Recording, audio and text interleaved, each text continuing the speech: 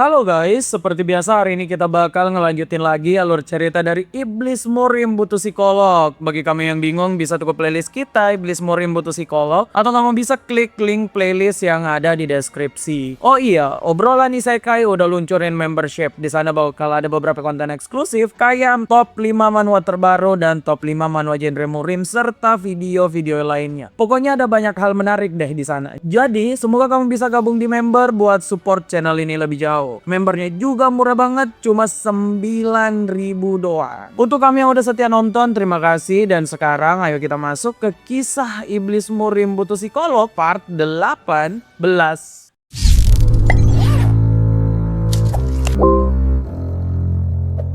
Di video sebelumnya, kita udah melihat kondisi Lee Jaha yang lagi dan lagi harus bertarung dengan kriminal kelas kakap. Setelah Lee Jaha mengalahkan Great Raksasa, orang-orang yang punya hubungan dengan pria tua tersebut itu malah membuat aliansi. Mau itu teman atau musuh Great Raksasa, mereka tuh malah bergabung untuk melakukan invasi di Nanhua. Sekarang kekacauan sih udah mulai terjadi ya. Lee Jaha yang tahu kalau aliansi dari para pengacau ini bisa membuat hidupnya makin ribet, sudah menyiapkan rencana. Lee Jaha juga memulai membuat pasukan. Lee Jaha tuh sekarang udah mengumpulkan orang yang dia kenal. Di dalam Black Rabbit Union, keramaian udah terjadi tuh. Pasukan terakhir yang muncul adalah orang-orang dari Black Fort Fortress yang dipimpin oleh Doggo Sae. Pria ini baru aja sampai, tapi udah membuat masalah dengan menyuruh Cha Seung-tae menuangkan teh. Cha Seung-tae yang udah ngaku kalau dia Jenderal Sekte Hao, mana sudilah melakukan hal tersebut.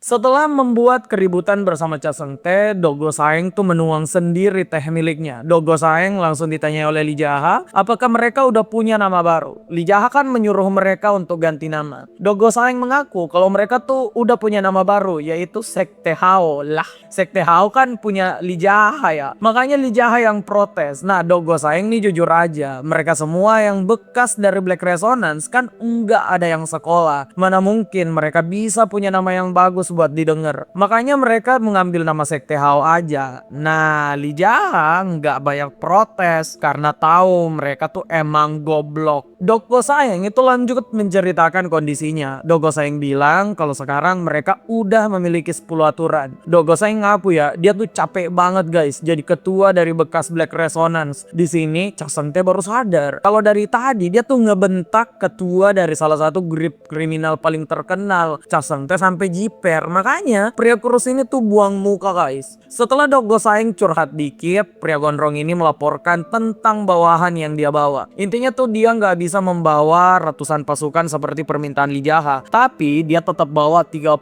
elit dari Black Resonance yang berbakat. Jadi katanya tuh sama aja. Lee Jaha juga nggak mempermasalahkan hal tersebut. Nah, Doggo Saeng melanjutkan menanyakan apa misi mereka sekarang. Apa mereka punya rencana atau strategi yang harus dia tahu? Lee Jaha ngaku kalau di sana tuh nggak ada rencana sama sekali. Doggo Saeng bilang kalau dia sekarang paham rencananya. Udah jelas kan rencananya tuh cuma bertarung sampai semua musuh mereka meninggal. Nah, Lee Jaha langsung memuji Doggo Saeng dan bilang kalau dia benar. Sesama orang gila ini itu punya strategi yang emang cuma mereka tuh yang bisa mengerti. Setelah Doggo Saeng dengar apa rencana Lee Jaha, Doggo Saeng kemudian berdiri dari tempatnya. Pria ini tuh ngaku kalau dia lagi ngantuk. Makanya dia tuh mau tidur sebentar. Ya, Doggo Saeng kan emang gak sekolah guys. Makanya pria ini langsung aja tidur di sana di saat semua orang tengah berkumpul. Setelah Doggo Saeng tidur, Lee Jaha kemudian kembali mengobrol dengan semua orang. Lee Jaha menanyakan apakah bulan hari ini cerah.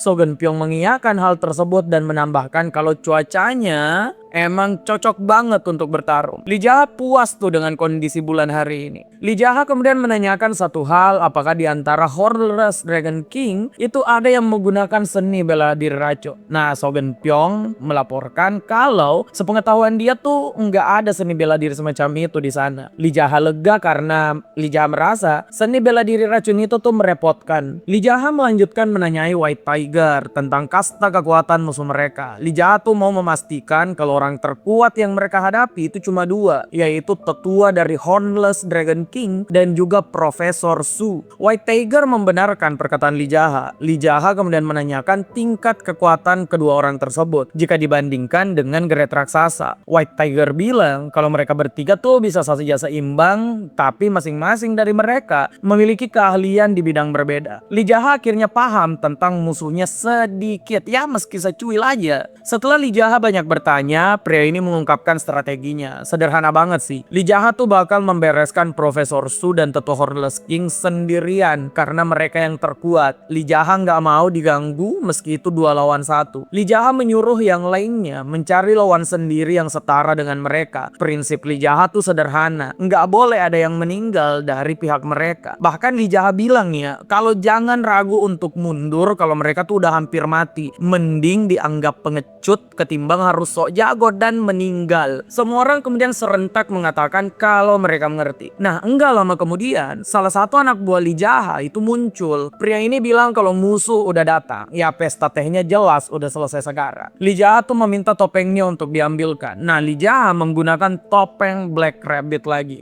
Dengan begini, semua orang tuh langsung berangkat untuk bertaruh. Enggak semua orang, deng. Casente Bangke ini tuh masih duduk di sana, guys. Padahal formasi ini sih epicnya bukan main kan.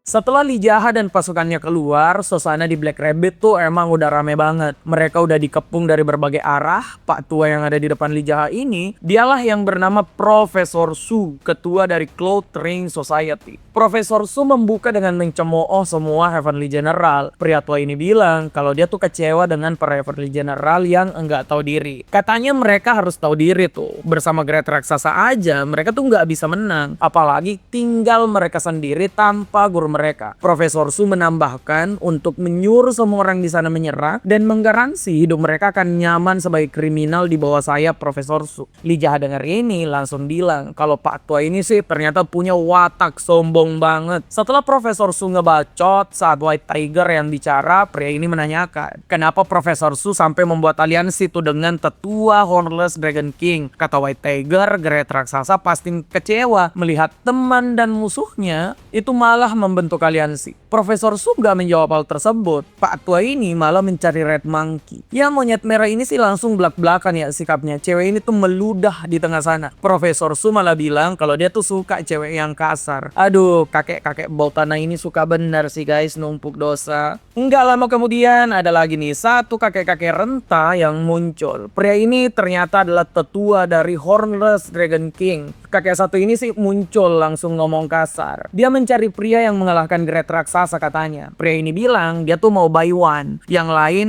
kalau mau selamat harus menjauh aja. Kakek tua ini mengaku dia nggak seneng karena dia sekarang itu nggak lagi mendapatkan kiriman perempuan muda oleh Great Raksasa sejak pria itu meninggal. Lah nih kakek-kakek minta perempuan muda buat apa dah? Mau buat tim futsal kek atau HP? Kalau mau gitu-gituan kan nggak mungkin sanggup tuh. Entahlah, memang orang jahat tuh aneh-aneh aja fetisnya. Li Jaha yang melihat kalau semua orang yang dia incar udah muncul menggesekkan tangannya. Pria gila ini sih seneng banget ya hari ini. Dia tuh bisa bertarung sampai puas. Sebelum Li Jaha maju, Li Jaha bilang ke semua Heavenly General lainnya, dia nih minta tolong banget supaya 3 orang ini nggak berkhianat dan enggak terhasut kata-kata dari 2 orang di depan mereka. Kata Li Jaha, dia tuh sedang mood banget buat bertarung karena cahaya bulan yang terang. Cahaya bulan tuh katanya membuat Li Jaha makin lebih gila daripada biasanya. Jadi kalau mereka berkhianat, Li Jaha tuh ngegaransi bakal ngebelah mereka jadi 20 bagian. Di sini semua Heavenly General merinding karena tahu tuh Li Jaha serius bakal ngebelah mereka jika mereka berkhianat. Li Jaha kemudian memanggil White Tiger nih. Li Jaha bilang ke White Tiger untuk mengunci tangannya dan mendekat pada Li Jaha. Li Jaha menaikkan kakinya lalu bilang ke White Tiger untuk melemparkan Li Jaha naik ke atas sana dengan menggunakan energi dalam. Kata Li Jaha, dia tuh mau melihat bulan purnama yang indah malam ini. White Tiger sih nggak ngerti ya, tapi White Tiger mending iya-iya aja. Namanya juga punya bos orang gila. Li Jaha kemudian bilang sampai jumpa junior. White Tiger juga menyampaikan sampai jumpa senior. Di saat tersebut, White Tiger langsung menghempaskan Li Jaha naik ke atas langit. Seperti kata Li Jaha sih, bulan hari ini tuh emang indah banget. Setelah Li Jaha naik ke sana, momentum gravitasi udah menarik Li Jaha turun. Li Jaha tertawa kayak orang gila. Saat Li Jaha menghadap ke bawah, pria ini tuh langsung mengumpulkan energi dalam di tangan kanannya. Sedetik kemudian, Lee Jaha mengeluarkan sebuah telapak tangan energi dalam menuju tanah. Flame Realm, Great and Breach. Serangan Lee Jaha ini jelas mengagetkan semua orang. Ya panik lah boy, kok tiba-tiba ada semacam meteor di depan mata mereka. Saat serangan tersebut menghantam tanah, para Heavenly General bahkan sulit tuh buat membuka mata mereka. Saat ledakannya mereda, di sana tuh udah ada Lee Jaha yang berdiri dengan epic. Lee Jaha tuh tersenyum, entah karena merasa dirinya keren atau karena dia udah siap membereskan semua penjahat yang ada di sana.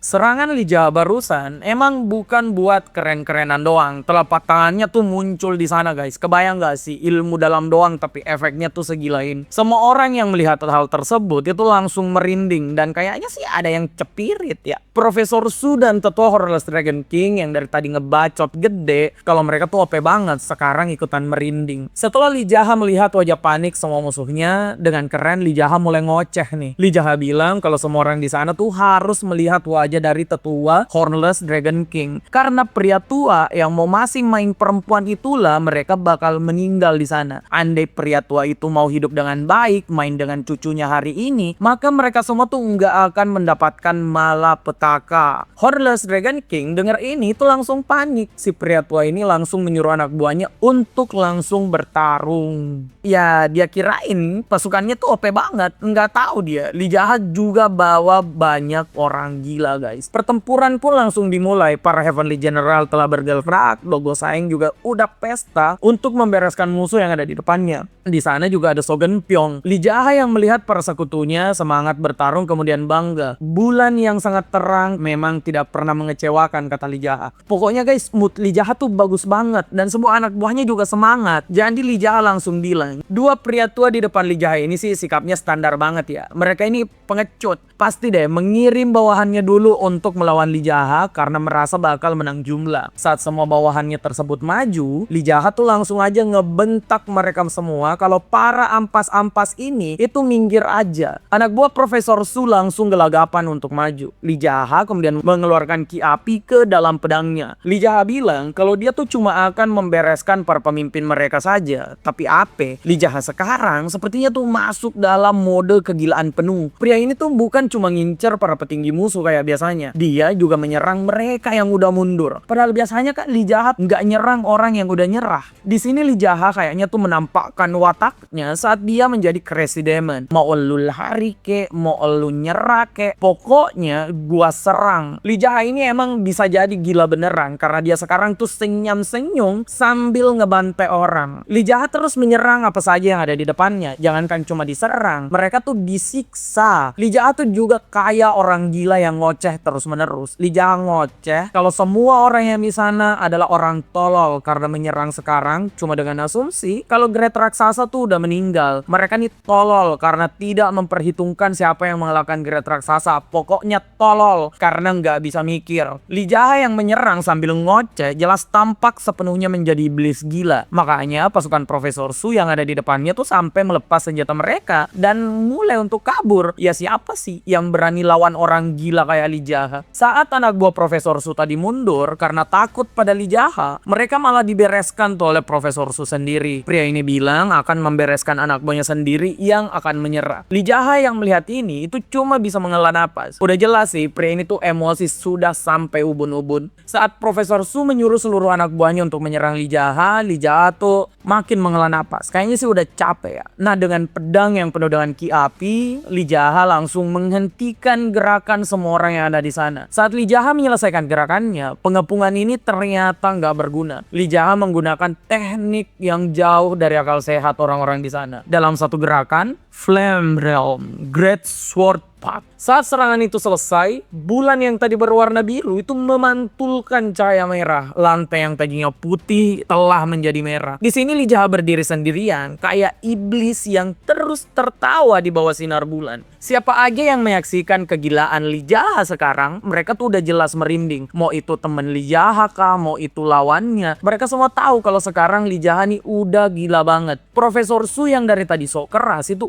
sudah kelihatan ketakutan. Saat Lee Jaha selesai membereskan lebih banyak musuh di sana, Lee Jaha kemudian teriak mencari seseorang bernama Yo Sa-cheong. Lee Jaha bilang kalau pria bernama Yo Sa-cheong ini pasti ada di sekitar sana karena dialah yang menjadi dalang kekacauan yang terjadi. Makanya Lee Jaha mau melihat di mana pria tersebut. Tiba-tiba banget nih seorang pria berteriak di tengah kerumunan. Nah, siapa sangka teriakan tadi datang dari Cha Seung-tae. Cha Seung-tae kemudian menunjuk salah satu pria yang ada di sana. Cha Seung-tae positif kalau pria itu adalah Yo Sa-cheong yang memiliki julukan Silver Phantom. Lee Jaha menanyakan, kenapa Cha Seung-tae yakin banget? Cha Seung-tae bilang kalau dia tuh dari tadi memperhatikan pria itu nggak ngapa-ngapain. Dia tuh cuma nonton guys, persis kayak Cha Seung-tae. Lee Jaha bilang Cha Seung-tae emang hebat meski hidup kayak tai sapi yang nggak mau bertarung. Cha Seung-tae dikatain mirip tai sapi, kayaknya udah terbiasa guys. Dia tuh nggak emosi. Pria ini malah terima kasih karena udah dipuji sebagai orang berguna. Lee Jaha kemudian berfokus tuh pada si Yo Sa-cheong itu. Pria ini jelas dalam masalah, tapi entah kenapa pria ini tuh malah tersenyum lebar.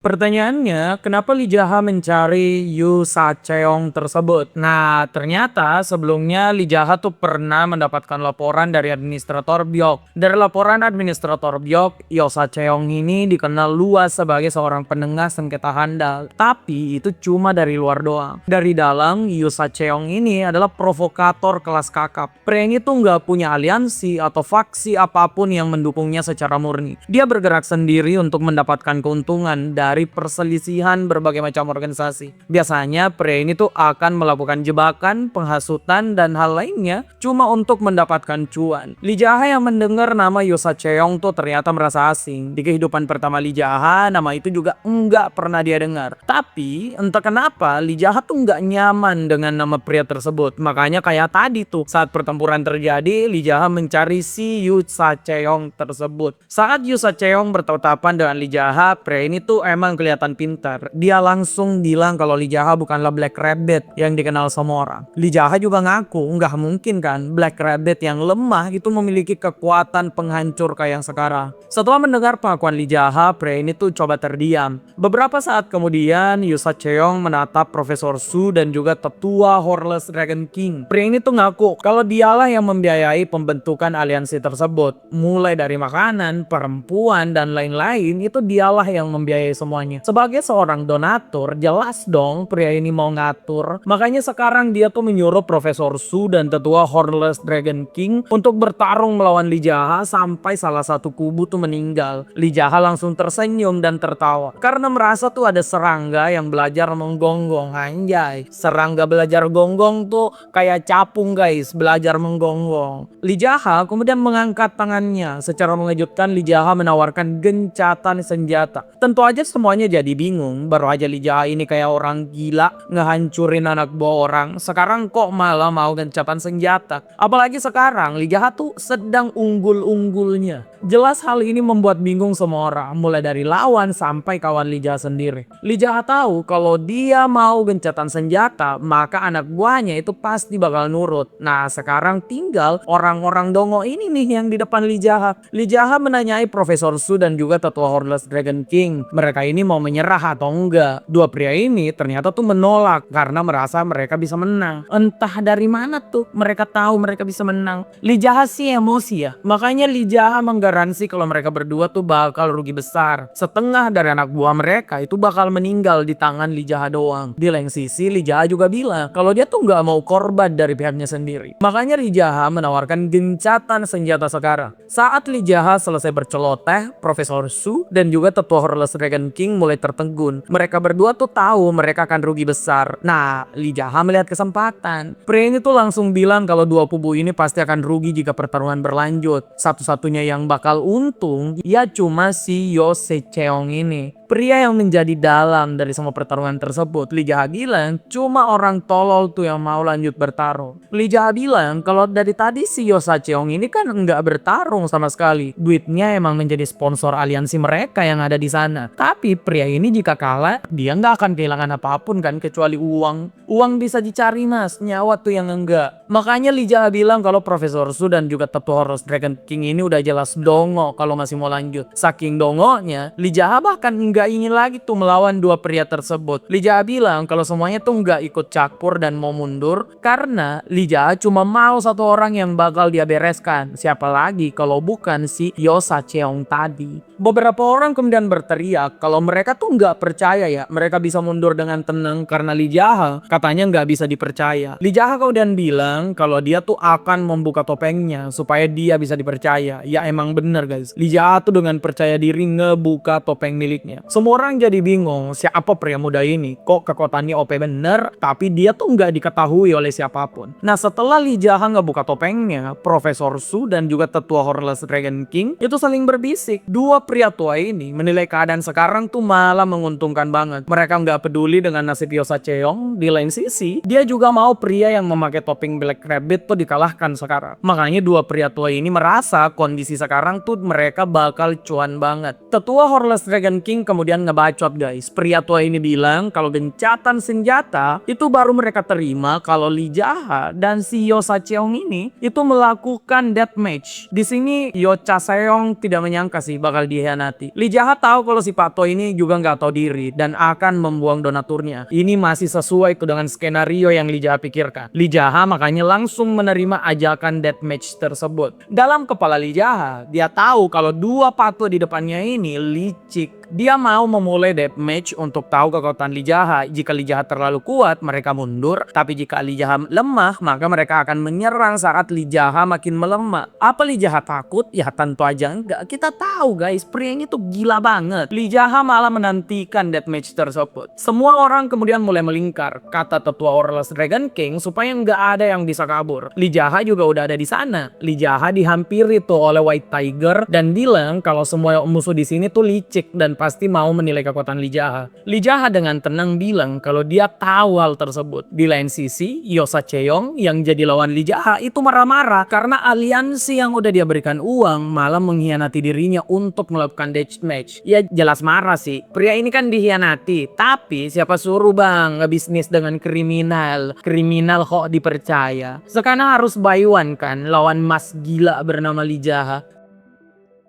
Setelah semua siap, keduanya sudah akan melakukan deathmatch. Hyo Sa-cheong tampil sangat agresif. Pria ini yang lebih dulu menerjang Lee Jae-ha dengan berbagai serangan cepat. Setelah saling bertukar serangan, Hyo Sa-cheong itu mengeluarkan teknik pedang miliknya, yaitu Phantom Sword. Ada 5 bayangan pedang yang harus dihadapi Lee Jae-ha. Lee Jae-ha dari tadi tuh kelihatan santai bener. Pria ini tuh nggak bergeming sama sekali. Lee Jae-ha yang bersikap santai. Siapa sangka tuh telah melakukan penilaian. Pria ini tuh udah mirip dosen pembimbing skripsi guys. Dia tuh ngelihat gerakan pedang dari Hyo Sa-cheong terasa dengan benar. Bahkan tekniknya ini tunggal dan tidak serampangan. Dari teknik pedang tunggal yang nggak bercampur dengan teknik pedang lainnya, Lee Jae-ha tuh bisa nebak Hyo Sa-cheong ini pasti berasal dari faksi ortodoks. Jadi apa yang dilakukan orang-orang ortodoks nih di kisruh faksi unortodoks? Apa yang akan dilakukan Lee Jae-ha selanjutnya ya? Apa Lee Jae-ha bakal mendapat masalah dengan faksi ortodoks setelah deathmatch ini? Penasaran? Kita nantikan aja guys kelanjutannya di video berikutnya. Terima kasih yang udah nonton sampai akhir. Bagi kamu yang seneng dan konten obrolan isekai, kamu bisa ke playlist untuk ngecek semua proyek garapan kita. Di sana ada yang durasinya udah sampai belasan bahkan puluhan jam. Oh iya, ngingetin lagi kita udah luncurin membernya murah dan ada juga beberapa konten eksklusif. Semoga kamu bisa support kita lebih jauh supaya channelnya tuh makin panjang umur. Untuk sekarang, sampai jumpa lagi dan jangan lupa komen, like, share, dan subscribe obrolan isekai.